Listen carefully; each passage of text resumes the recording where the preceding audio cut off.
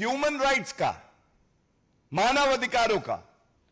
यह मुद्दा है कि आप तुष्टीकरण की राजनीति में इतना लिप्त हो गई हैं कि आपको संविधान और मानवाधिकारों की चिंता ही नहीं रही है। और यह मुद्दा है कि कानून व्यवस्था पश्चिम बंगाल में ध्वस्त है, ममता बनर्जी मस्त है।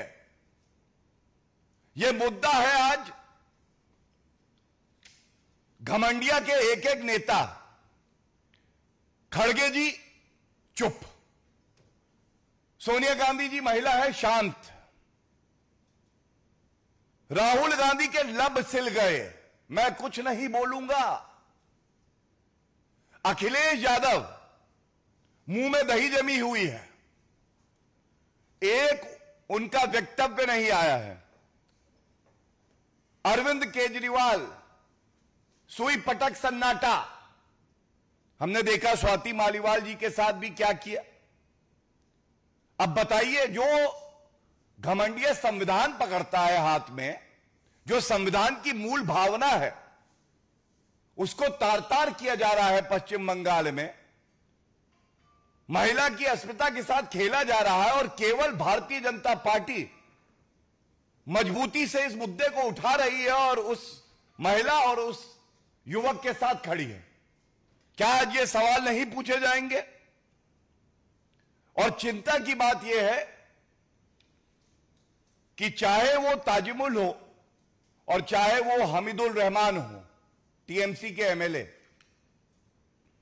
वो ये नहीं कहते हैं कि ये निंदनीय है, वो इसको सही ठहराते हैं। वो इसको मुस्लिम देशों में जैसे न्याय होता है उससे तुलना करके कहते हैं कि पश्चिम बंगाल अब तालिबान राज हो गया है, अब यह कानून से नहीं चलेगा। किसी भी महिला, किसी भी युवक को पकड़ो, खुद ही तय कर दो कि उसने गलत किया है और सजा दे दो। ममता बनर्जी संदेश खाली हो, चाहे चुनाव से पहले और परिणाम आने के बाद हिंसा की वारदातें हो, बलात्कार हो, हत्या हो, और अब उत्तरी दिनाजपुर में यह जो निंदनीय कृत्य हुआ है, इसकी जिम्मेदारी आपकी है। और यह मांग हम उठाते हैं कि ममता बनर्जी, क्योंकि गृह मंत्रालय भी आप ही के पास है और कानून व्यवस्था ध्वस्त हो गई है, आपको इस्तीफा दे देना चाहिए। पश्चिम बंगाल अब आपसे संभल नहीं रहा है। वहां की जनता यह सवाल पूछ रही है जो हम इस मंच से उठा रहे हैं।